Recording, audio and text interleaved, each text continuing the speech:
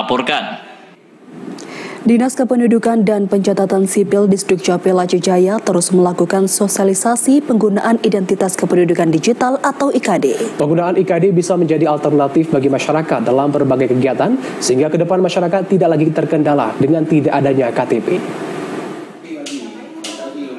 Penggunaan identitas kependudukan digital atau IKD di Aceh Jaya terus mengalami peningkatan. Penggunaan IKD dinilai sangat mudah karena efektivitasnya bagi masyarakat. Di Aceh Jaya sendiri penggunaan aplikasi IKD sudah dimulai sejak tahun 2022 dan hingga tahun 2023 jumlah masyarakat yang menggunakan IKD sudah mencapai 1.106 orang. Jumlah ini diperkirakan akan terus mengalami peningkatan.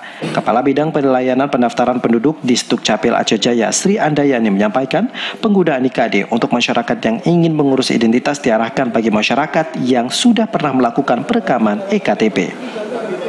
Untuk sementara ini kita keterbatasan tidak adanya rebon, memang stoknya tidak ada dari pusat.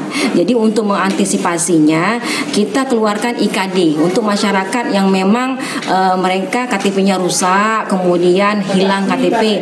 Jadi kita arahkan mereka untuk menggunakan aplikasi IKD, identitas kependudukan digital. Sementara itu, salah seorang warga, Nazar, mengatakan identitas kependudukan digital yang digadang oleh pemerintah dinilai sangat bermanfaat, terutama untuk kalangan muda dan yang memakai telepon pintar. Namun IKD juga mempersulit bagi warga yang tidak memiliki telepon genggam berbasis Android dan juga kaum lansia dalam mengunggah aplikasi tersebut. Yang kita tahu yang disampaikan oleh pihak dinas kependudukan menggunakan IKD itu per orang satu aplikasi. Jadi ketika lansia juga harus diwajibkan menggunakan IKD, berarti lansia tersebut ataupun di pihak kita harus memprogram HP Android kepada seluruh masyarakat di wilayah masing-masing.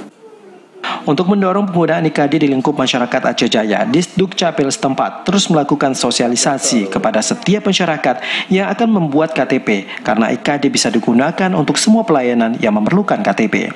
Dari Aceh Jaya, Musliadi TVRI melaporkan.